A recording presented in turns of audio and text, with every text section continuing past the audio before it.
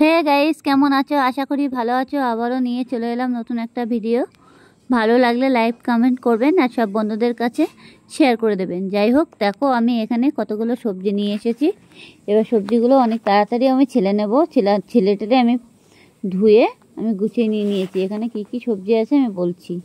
এখানে পুঁই শাক আছে, কুমড়ো আছে, আলু আছে। এই সবজিগুলো দিয়ে রান্না হবে। অবশ্য পুঁই শাকটা ছেলার সময় একটু টাইম লেগেছিলো। পুঁই শাকের ভালো করে আঁশগুলো ফেলে দিতে হবে, আর না হলে ওই দাঁতে বাঁধবে। খাওয়ার সময় হলে পরে তখন সমস্যা লেগে যায়। অবশ্য পুঁই শাকের আঁশ ফেলে দিলে তাড়াতাড়ি খেতেও খুবই ভালো লাগে, আর নুন মশলাগুলোও ঢোকে। আর অনেক সময় আঁশ যদি না ফেলা হয়, ঝটপট করে কেটে নিলে আঁশগুলো দাঁতে বাঁধবে, আর নুন মশলাটা ঢুকবেই না। পুঁই শাকগুলো সিদ্ধ শক্ত শক্ত হয়ে থাকবে। তো আপনারা যখন করবেন পুঁই শাক, তখন ভালো করে আঁশগুলো ফেলে নেবেন। তাহলে পুঁই শাকটা আর সব সবজিতেই তাড়াতাড়ি সিদ্ধ হয়ে যাবে, আর খেতেও খুবই ভালো লাগবে। যাই হোক, আমি পুঁই শাকগুলো ভালো করে কেটে কুটে বেছে রেখে দিয়েছি। তার আগে আমি পাতাগুলো দেখো কত সুন্দর জালি জালি পাতা। এই দেখো আমি বেছে কেটে পুরো রেখে দিয়েছি ধুয়ে। 3-4 বার করে আমি পাতাগুলো ধুয়ে নিয়েছি। অবশ্য পাতার মধ্যে অনেক সময় বালি থাকে। যাই হোক, এবার আমি তাড়াতাড়ি করে এখন চিংড়ি মাছ নিয়ে এসেছি। চিংড়ি মাছগুলোও বেছে নিয়েছি। আমার অবশ্য দেরি হয়ে গিয়েছিলো, তার জন্য আমি চিংড়ি মাছগুলো ভালো করে বেছে নিয়েছি। দেখতে পাচ্ছ কত বড় বড় চিংড়ি মাছ। এবার চিংড়ি মাছের ভিতরে যে এখানে একটা শিরা থাকে উপরে, সেই শিরাটাও ফেলে দেওয়া হয়েছে। এখানে কিন্তু 500 গ্রাম চিংড়ি মাছ আছে, দেখতেই পাচ্ছ। দেখো, এ রান্না করলে হয়ে যাবে একটুখানি, মনে হবে কি 100 গ্রামও চিংড়ি মাছ হবে না। অবশ্য চিংড়ি মাছে প্রচুর পরিমাণে জল টানে তো, আর জ্যান্ত চিংড়ি মাছ হলে আরও বেশি হয়। অবশ্য এতটা সমস্যা হয় না। যাই হোক, চিংড়ি মাছগুলো আমি লবণ আর হলুদটা মাখিয়ে নেব তাড়াতাড়ি করে। মাখিয়ে নিয়ে এটাকে আমি কিছুক্ষণের জন্য রেখে দেবো। লবণ হলুদটা ভালো করে মাখতে হয়। সব মাছের মধ্যে লবণ হলুদটা মেখে রাখলে পরে মশলাগুলোও ঢুকে যায়, নুন মশলা, আরও মাছটাও ভালো থাকে আর খেতেও ভালো লাগে আর কি। যাই হোক, এটাকে আমি পাতিয়ে কিছুক্ষণ রেখে দিয়েছি।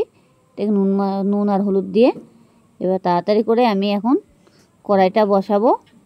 কড়াইটা বসিয়ে দিয়েছি। কড়াইটা ততক্ষণে গরম হতে লাগুক। আর সবজিগুলো তো তার আগে আমি ঝটপট করে কেটে কুটে গুছিয়ে নিয়েছি, দেখালাম। যাই হোক, কড়াইটা বসিয়ে আমি এখন কড়াইতে তেল দিয়ে দিয়েছি। এই দেখো, যেমন চিংড়ি মাছগুলো ঢেলে দিলাম। এবার চিংড়ি মাছগুলো ভালো করে ভাজতে হবে, লাল লাল করে, খুব সুন্দরভাবে ভাজতে হবে। ভাজতে ভাজতে চিংড়ি মাছের জল ছেড়ে দেয়। আর তারপরে বড় বড় চিংড়ি মাছগুলো আছে, অবশ্য জল ছেড়ে দেয়। চিংড়ি মাছে, মরা চিংড়ি মাছে অবশ্য জল ছাড়ে। আর জলটা মারতে মারতে একটু টাইম লেগে যাবে। অবশ্য গ্যাসটাকে একটু জোরে দিতে হবে, দিলে পরে তাহলে আর সমস্যা হবে না। আবার দেখা যাচ্ছে মনে হবে যে পুড়ে যাচ্ছে, তখন একটু কমিয়ে দেবে। যাই হোক, আমি আবার একটু হালকা কমিয়ে দেই, একটু বাড়িয়ে দেই। এরকম করে করে চিংড়ি মাছটাকে আমি ভেজে নেব, এটা পুড়ে না যায়। দেখো, আমার চিংড়ি মাছটা অলরেডি ভাজা হয়ে গেছে। এই যে পুরো লাল লাল হয়ে গেছে, আর এর মধ্যে পোড়াপুড়ির কোনো চিন নেই। অবশ্য মাছটা যদি পুড়ে যায় তাহলে বাজে লাগবে খেতে। সেই বুঝে আপনারা নাড়াচাড়া দেবেন যাতে পুড়ে না যায়। যাই হোক, আমি চিংড়ি মাছটা অলরেডি ভাজা হয়ে গেছে। এখন আমি একটা প্লেটে তুলে নেব। তুলে নিয়ে আমি এটার ভিতরে হালকা একটু পাঁচফোড়ন দেবো। চলো, এই দেখো পাঁচফোড়ন আমি তেলে দিয়ে দিয়েছি। বেশি কিছু মশলা অবশ্য দেবো না, একটু পাঁচফোড়ন দেবো তেলের ভিতরে। দিয়ে একটু পেঁয়াজ কেটে রেখেছিলাম, আর হালকা 2-3 কোয়া রসুন আছে, সেটা আমি তেলের মধ্যে দিয়ে দেবো। অবশ্য কিছু মশলা বাটি নিয়ে আমি অবশ্যই এরকম পেঁয়াজ দিয়ে দিচ্ছি তেলে, আর রসুনগুলো 2-3 কোয়া রসুন কুচিয়ে দিয়েছি। এই যে দিয়ে এটাকে ভালো করে ভেজে নিতে হবে। যেটি হোক, আমি এটাকে চিংড়ি মাছ দিচ্ছি। নিরামিষ তরকারি হলে দেওয়া যেত না, আর নিরামিষ তরকারিতে এত কিছু মশলা ভালো লাগে না। যাই হোক, এটাকে আমি ভালো করে ভেজে নেব, লাল করে, একটু লাল লাল করে ভেজে নিতে হবে।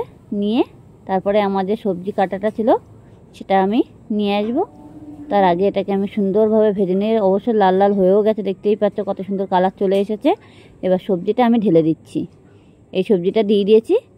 এবার ভালো করে এটাকে নাড়াচাড়া দিতে হবে। এবার গ্যাসটাকে হাই করে দিতে হবে, দিয়ে এটাকে সুন্দরভাবে নাড়তে হবে। নাড়তে নাড়তে দেখবে অনেক সময় সবজিতে জল ভাবটা থাকে, সেটা কিন্তু ছেড়ে দেবে। তখন একটু জল জলা ভাব হয়ে যাবে।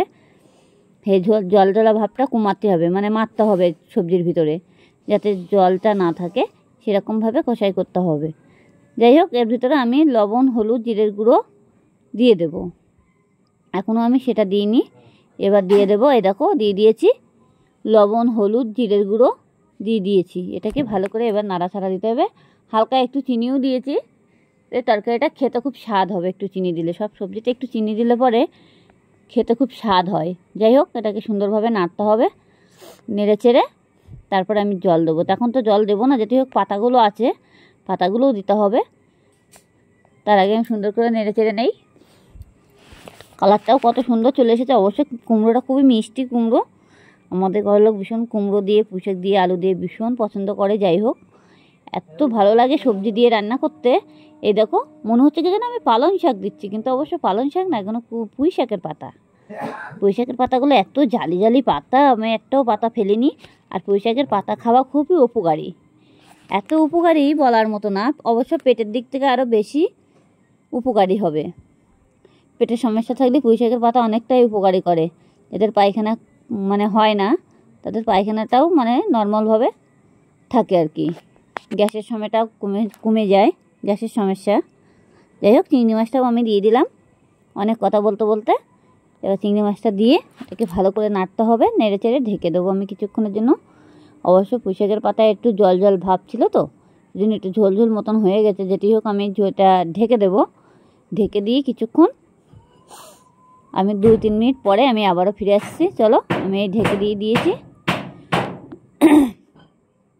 আবার আমি খুলে দিয়েছি। এবার থেকে ভালো করে নাড়তে হবে, নেড়ে চেড়ে হালকা একটু জল দিতে হবে। এখন তো জল দেবো না, একটু ভালো করে কষাই করে নিই। পুঁই শাকের পাতাটা আরও মিশে যাবে। কতগুলো পাতা মনে হচ্ছে আমি কিছুই দিইনি। যাই হোক, তরকারি কালারটা কত সুন্দর চলে এসেছে, একদম পুরো মাখা মাখা হয়ে যাবে। আর খেতেও কিন্তু এইভাবে খুবই ভালো লাগবে। যাই হোক, আমি একটু জল দিয়ে দেবো এবার জলটা দিয়ে দিয়েছি, দেখতেই পাচ্ছ। আমার পুঁই শাকটাও সিদ্ধ হয়ে যাবে, আলুটাও সিদ্ধ হয়ে যাবে। অবশ্য অর্ধেকটা সিদ্ধ পুরোপুরি হয়েই গেছে, তাহলেও আমি একটু জল দিয়ে দিয়েছি। একটু ঝোলঝোলো ভাব না থাকলে ভাত খাওয়া যাবে না। মানে পুরো টাইট করব না, আবার একদম পুরো মাখা মাখা করতে হবে, একটু হালকা থাকবে। এবার আমি আবারও ঢেকে দিয়েছি। এটাকে সুন্দরভাবে এটা ফুটে উঠবে, ফুটে না ওঠা পর্যন্ত আমি কিছুক্ষণের জন্য ঢেকে দিলাম। দিয়ে চলো, আমি আবারও ফিরে এলাম।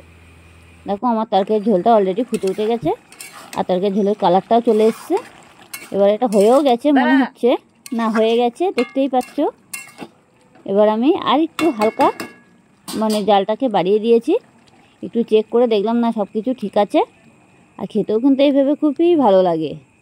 সবজি দিয়ে চিংড়ি মাছ, যে কোনো চিংড়ি মাছ সবজিতে দিলে পরে খুবই স্বাদ হয় খেতে। এত স্বাদ হবে সে বলার মতো না। চিংড়ি মাছ হচ্ছে সব সবজিতেই চলে। যাই হোক, ভালো লাগলে লাইক কমেন্ট করবেন, আর সব বন্ধুদের কাছে ভিডিওটা শেয়ার করে দেবেন।